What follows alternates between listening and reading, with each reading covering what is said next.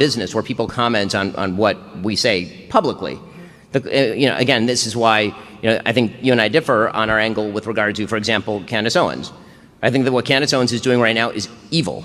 It is evil what she is doing right now. Okay, and I say that again. But what? Because like I didn't opine on whether it's evil or not, but my position is it's really none of my business. And why is it? But I have a question. Why is it none of your business? I mean, you comment on these things for a living. I'm not mother of the internet. No, but if this were on the left and somebody were accusing Charlie Kirk of his wife having murdered him, I assume that you would be talking about it. Is that what Candace is accusing Erica of? Yes.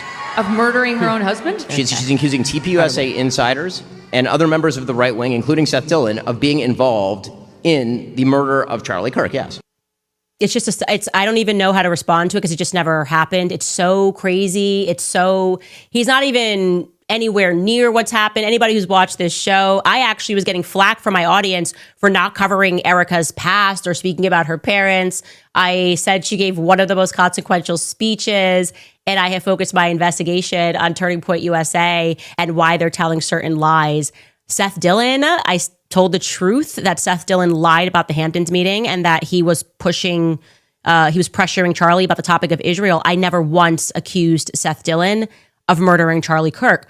So what's he actually doing here, right? Obviously, there's a lot of layers that we should peel back, and it's important that we do it. The least interesting part of this is the fact that he's lying through his teeth. That's implied he's a Zionist. The stunning hypocrisy again, okay, of him picking the topic of Charlie Kirk to pretend that he's noble when it is just a fact that Ben Shapiro did a lot of things behind the scenes to stop the rise of Charlie Kirk. It's a fact, okay? Here's another text message. I have literal hundreds of them pertaining to Ben. Yeah, it was a headline. Ben Shapiro's YAF launches smear campaign against Charlie Kirk and Candace Owens. Hey, Charlie, wherever you are, it's happening again. You're bigger than Ben now. I'm walking into the White House yesterday. I realized that. I said, I know, he hates it. And he said, we just have to treat him like noise. He wants you to punch down to him. His respect amongst movement fighters is quite low. You got in his head, which is terrific. The Ben thing involves me more than he wants to admit. He knows that Jon Snow, he's using a Game of Thrones reference, is stronger as the dragons fly higher. And he said it pisses him off. And he is sending his incestuous brother to go try and kill us. It's worse. He views you as my slave, 100%. Control her is what he really was saying to me when he called. To me, it is truly so gross to do this to a person that you know you tried to block. And you just, now that he's dead, I guess you want to sort of rewrite history. That's what you're trying to rewrite history and pretend that you're his ardent defender.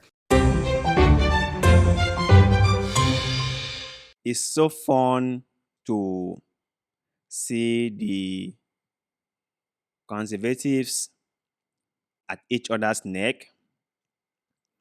And I think that Ben Shapiro took things a little bit far. You must understand that if Candace had said that this or that person was the one who murdered Charlie, she would have been sued by now, right, for defamation. Because alleging that someone murdered somebody is a really huge deal. And those people won't take it easily with you. They will sue you. So I think Candy is way more smart as she goes about with this her investigation. She is doing things in such a way that she doesn't implicate herself without proof. She knows she is on the spotlight. She knows she is the target. She knows there are many knives pointed at her, figuratively. She has to be extra careful with what she says, because the least mistake she makes will put her in real trouble. She knows that. So, what Ben said, even Megyn Kelly was surprised, because had Candy said that, it would have been all over the news. The vloggers, the tabloid, even like, I don't know, popular media outlet would have jumped on it. I'm sure APAC would not have let it go. They will all be on it. But Candy never said anything remotely like that. And that was why no one is suing her. So Ben must learn to get his facts straight, and he must come to this realization that not everyone is a strong supporter of Benjamin Netanyahu's project in the Middle East. Some people don't care about the state of Israel at all. Ben, cares about the state of Israel, which is fine. But not everyone does. And Ben must know this. The one funniest thing about all this that is so funny is that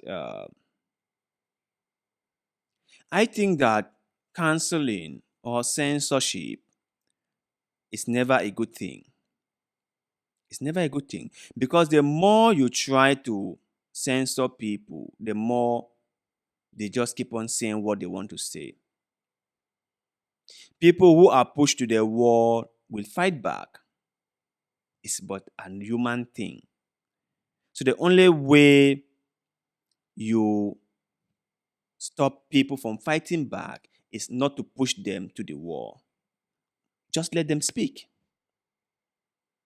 Just let them say what is in their minds.